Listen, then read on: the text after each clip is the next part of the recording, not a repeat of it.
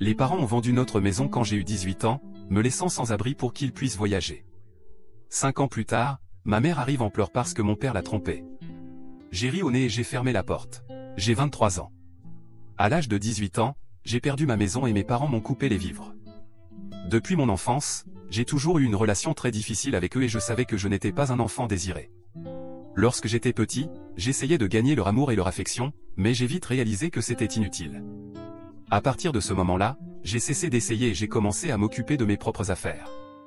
Je pense que ce changement a eu lieu au collège ou au lycée. Au lycée, je ne parlais à mes parents que lorsque j'avais besoin de quelque chose et je ne les dérangeais pas autrement. Ce n'est pas que je ne voulais pas de relation avec eux, mais ils avaient rendu si évident qu'ils ne voulaient pas de relation avec moi que je me sentais mal de les déranger, même lorsque j'avais besoin de quelque chose. Mon père était pédiatre et ma mère enseignait les sciences au collège. Il était ironique qu'ils soient excellents avec les enfants des autres, mais pas avec les leurs. À partir du lycée, j'ai décidé de ne plus essayer de les conquérir. Nous menions des vies très séparées et je les voyais à peine. Mon père rentrait très tard et, même si ma mère rentrait à la même heure que moi, nous ne nous parlions pas. C'était comme partager une maison avec des étrangers. Nous avions le strict minimum d'interaction. Je savais qu'à 18 ans, je devrais trouver ma propre voie, car mes parents m'avaient clairement dit que désormais, je devais me débrouiller seul. Ils me disaient que c'était pour m'encourager à être indépendant, mais en réalité, ils voulaient que j'arrête de dépendre d'eux. Je n'avais pas postulé à des universités car j'avais décidé de prendre une année sabbatique pour économiser un peu d'argent. Après avoir eu 18 ans, j'ai commencé à chercher du travail et j'ai trouvé un emploi dans un supermarché local. Mon salaire était faible, mais cela faisait du bien de gagner de l'argent. Malheureusement, mon bonheur a été de courte durée car quelques semaines après avoir commencé à travailler, mes parents m'ont annoncé qu'ils vendaient la maison et que je devais trouver un endroit où vivre. Ils prévoyaient de quitter leurs emplois et de voyager à travers le pays avec l'argent de la vente. Ils m'ont dit qu'ils avaient économisé pour cela toute leur vie et que, maintenant que j'avais un travail et que j'étais assez grand pour vivre seul, ils n'avaient plus de responsabilité à mon égard. Cela m'a mis dans une situation très difficile car je venais de commencer à travailler et je n'avais pas assez d'argent pour louer un appartement, même avec des colocataires. Mes parents ont été très fermes et n'ont pas voulu reporter leur plan. Ma mère m'a dit, « Tu es adulte maintenant et nous n'avons plus à prendre de responsabilité pour toi. Quant à la maison, c'est notre propriété et nous pouvons en faire ce que nous voulons. » Ces mots étaient extrêmement blessants. Ce jour-là, nous avons eu une énorme dispute et après cela, je n'ai plus eu de nouvelles d'eux. Je leur ai dit qu'ils étaient des gens horribles et que je souhaitais qu'il leur arrive des choses terribles.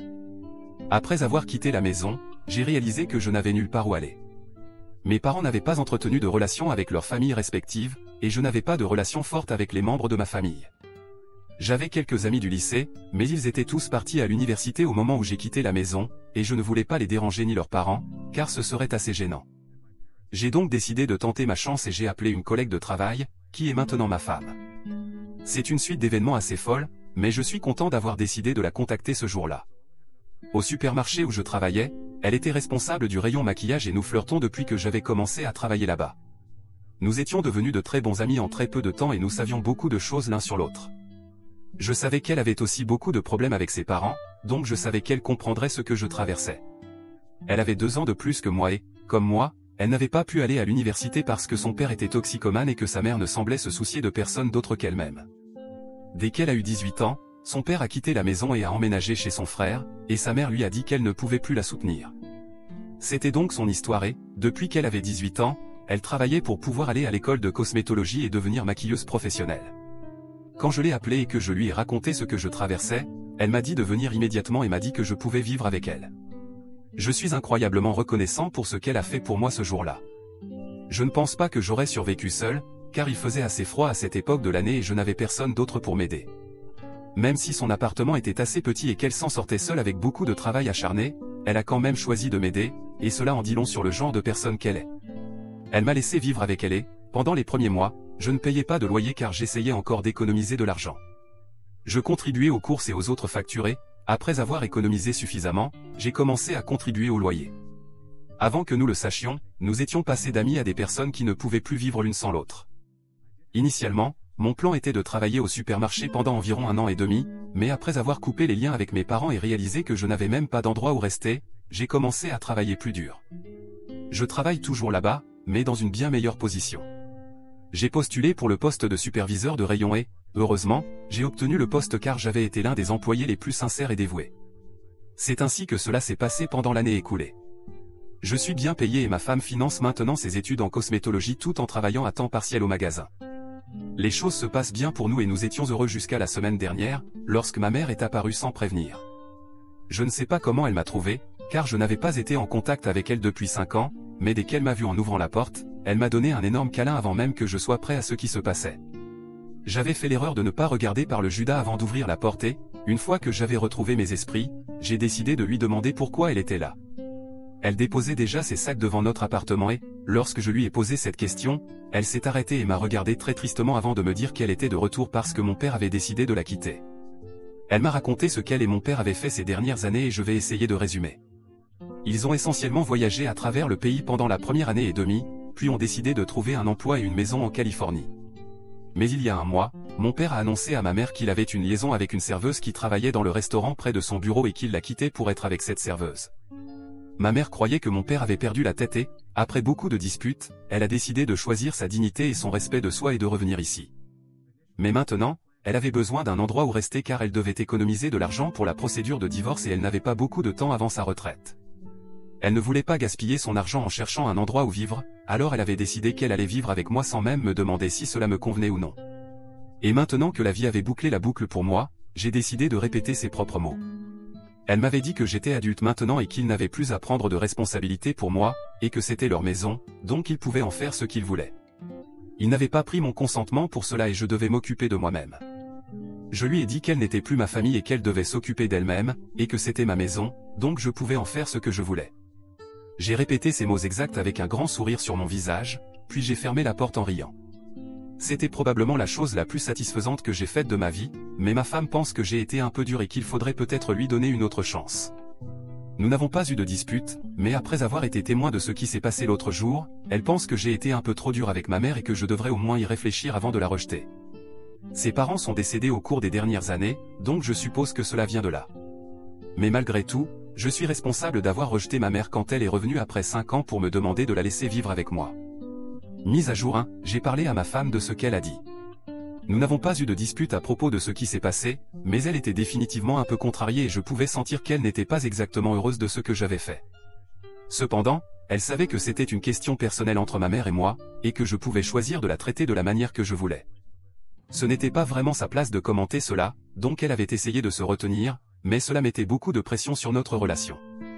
Hier, après avoir écrit cela et lu quelques commentaires, j'ai décidé de lui parler. Je lui ai raconté toute mon enfance et lui ai expliqué comment mes parents m'avaient toujours maltraité, comme si j'étais un paria dans ma propre maison. J'avais même accepté cela et j'essayais de me rendre invisible, mais cela ne suffisait pas pour eux. Ils devaient rendre les choses encore plus difficiles pour moi, c'est pourquoi je ne me sentais pas coupable du tout de rejeter ma mère quand elle avait besoin de mon aide. Ils n'avaient même pas pris la peine de vérifier comment j'allais au cours des 5 dernières années et maintenant elle était là seulement parce qu'elle avait besoin de moi pour la sauver. J'ai expliqué ma situation à ma femme, même si elle savait déjà la plupart de ce qui s'était passé.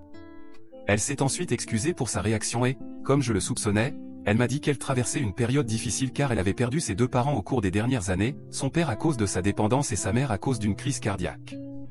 Elle se sentait donc un peu touchée par cela et avait mal jugé mes intentions. Mais maintenant, tout va bien entre nous, donc je suis content que nous en ayons parlé. Mise à jour 2, ma mère, en attendant, a été un véritable cauchemar à gérer. Je ne comprends pas pourquoi, mais elle s'est mise en tête que me harceler sur les réseaux sociaux me rendrait plus enclin à lui ouvrir ma porte. Elle avait une solution très simple, s'excuser auprès de moi et espérer le meilleur, mais étant la personne narcissique qu'elle est, elle a décidé de tout faire de travers pour voir comment cela se passerait. Elle a commencé à publier des messages sur la façon dont son fils et son mari la traitaient avec une cruauté sans précédent à ce stade de sa vie et qu'elle regrettait d'avoir investi tant de temps en nous deux. Elle m'accusait d'être comme mon père et de l'abandonner quand elle en avait le plus besoin, sans même mentionner qu'elle m'avait littéralement fait la même chose, sinon pire. Elle a créé un faux profil et a commencé à me taguer, moi, ma femme et tous nos amis et notre famille dans ses publications. Je ne sais même pas comment elle connaît autant de choses sur ma vie, comme qui je suis marié et où je vis. C'est un peu effrayant parce que je ne me souviens pas lui avoir dit quoi que ce soit à ce sujet et aucune de ces informations n'est publique. Ma femme et moi avons des comptes privés sur les réseaux sociaux, donc je ne sais pas comment elle obtient ces informations. Tout le monde que je connais qui a été tagué dans ces publications essaie de signaler ce compte et de le faire supprimer, mais nous savons que dès que ce compte sera supprimé, elle en créera un autre. Je ne veux pas la signaler à la police parce que c'est beaucoup de tracas et que ma femme et moi sommes trop occupés en ce moment. Mais si cela continue encore longtemps, nous n'aurons pas d'autre choix que de le faire. Donc, je ne sais honnêtement pas quoi faire en ce moment. C'est juste vraiment frustrant et ennuyeux, plus que toute autre chose. J'aimerais juste que mon père la reprenne ou quelque chose comme ça pour que nous n'ayons plus à gérer ces bêtises.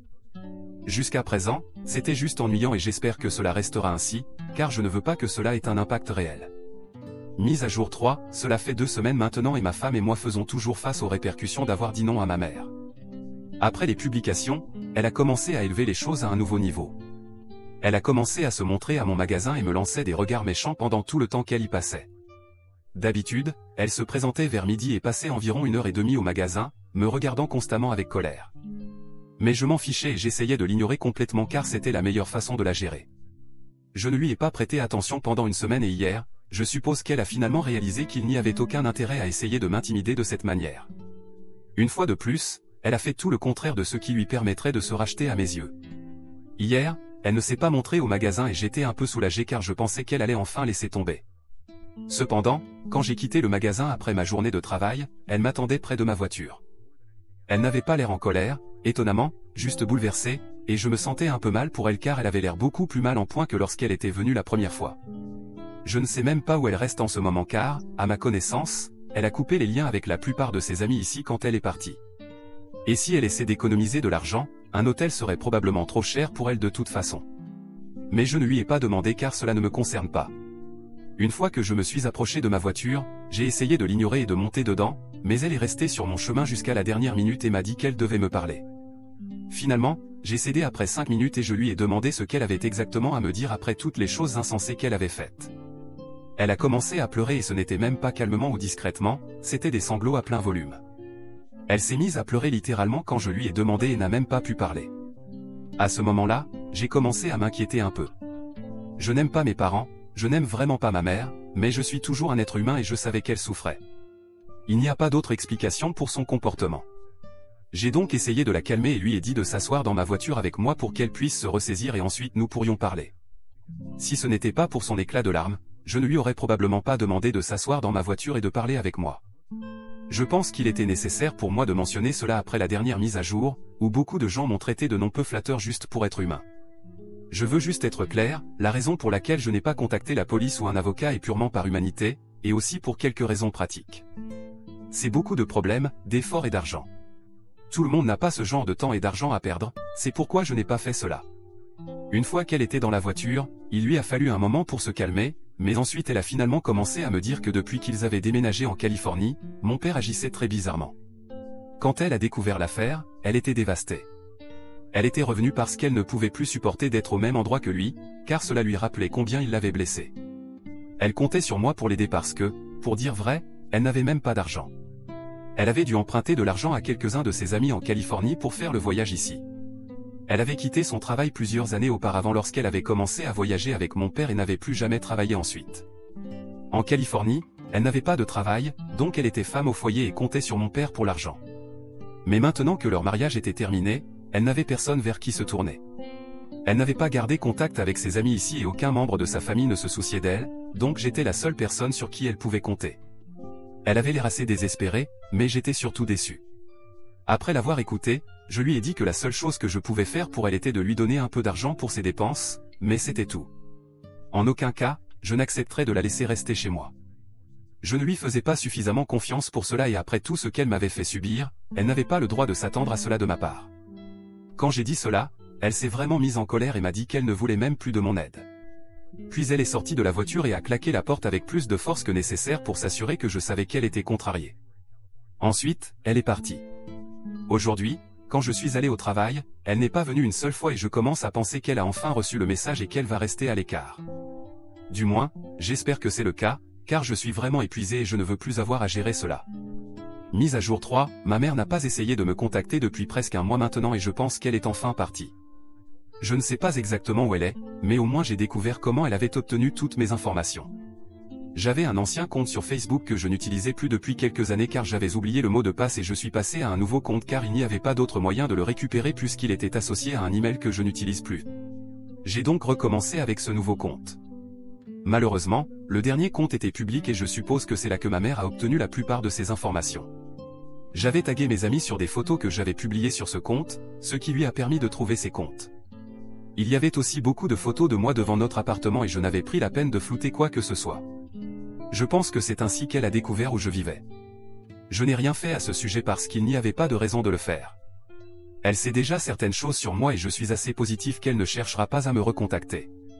Elle a essayé et a réalisé que c'était inutile, donc elle ne perdra plus de temps ici. Je ne sais pas ce qu'elle fait maintenant car je n'ai pas parlé avec elle depuis un certain temps et je veux vraiment que cela reste ainsi. Je ne veux pas qu'elle me contacte du tout. Est-ce que j'espère qu'elle va bien? Oui, bien sûr. Je suis toujours un être humain avant tout et malgré mes rancunes personnelles contre elle, je ne souhaite pas que quelque chose de mauvais lui arrive. Mais je ne veux pas qu'elle soit près de moi, c'est tout ce que je veux dire. Quelques-uns de ses amis m'ont contacté il y a quelques semaines et ils m'ont dit qu'après que je l'avais rejeté, elle les avait contactés pour demander de l'aide, mais ils n'avaient pas répondu. Ils n'avaient aucune raison de le faire parce qu'elle les avait ignorés pendant tant d'années. Quand ils essayaient de lui parler et de garder contact, elle ne répondait pas. Maintenant qu'elle avait besoin d'eux, ils n'avaient aucune obligation de l'aider en tant qu'amie. Ils m'ont dit qu'elle avait vécu dans un motel à l'extérieur de la ville pendant les quelques semaines où elle était là. Elle l'avait mentionné dans ses messages, mais maintenant elle les avait tous bloqués, donc ils supposaient qu'elle était partie et n'avait plus besoin de leur aide. Voyons ce qui se passe maintenant, parce que je sais qu'elle essayera certainement de me contacter à nouveau quand la procédure de divorce commencera. Mise à jour 4, grande nouvelle, cela fait presque un an que j'ai parlé à ma mère pour la dernière fois. J'étais assez surpris que tant de mois soient passés et qu'elle n'ait pas essayé de nous parler. Je pensais qu'elle était en train de divorcer et, comme elle le prétendait, elle n'avait pas d'argent. J'étais vraiment confus quant à la façon dont elle allait payer l'avocat. Mais récemment, j'ai entendu de quelques membres de ma famille qu'apparemment, elle et mon père étaient de nouveau ensemble. J'étais vraiment choqué parce que la dernière fois que nous nous sommes vus, ma mère était vraiment dévastée par la trahison de mon père et maintenant, tout d'un coup, ils étaient de nouveau ensemble. Cela n'avait aucun sens pour moi. J'ai rencontré quelques parents lors d'un mariage de cousins, c'est comme cela que je l'ai appris. Mes parents, comme d'habitude, n'ont pas assisté, mais je voulais vraiment savoir comment ils s'étaient remis ensemble. J'ai donc décidé de parler à quelques-unes de mes tantes, même si je ne suis pas très proche d'elles. Je voulais vraiment en savoir plus sur ce potin et elles étaient très bonnes pour cela. Elles m'ont dit exactement ce qui s'était passé.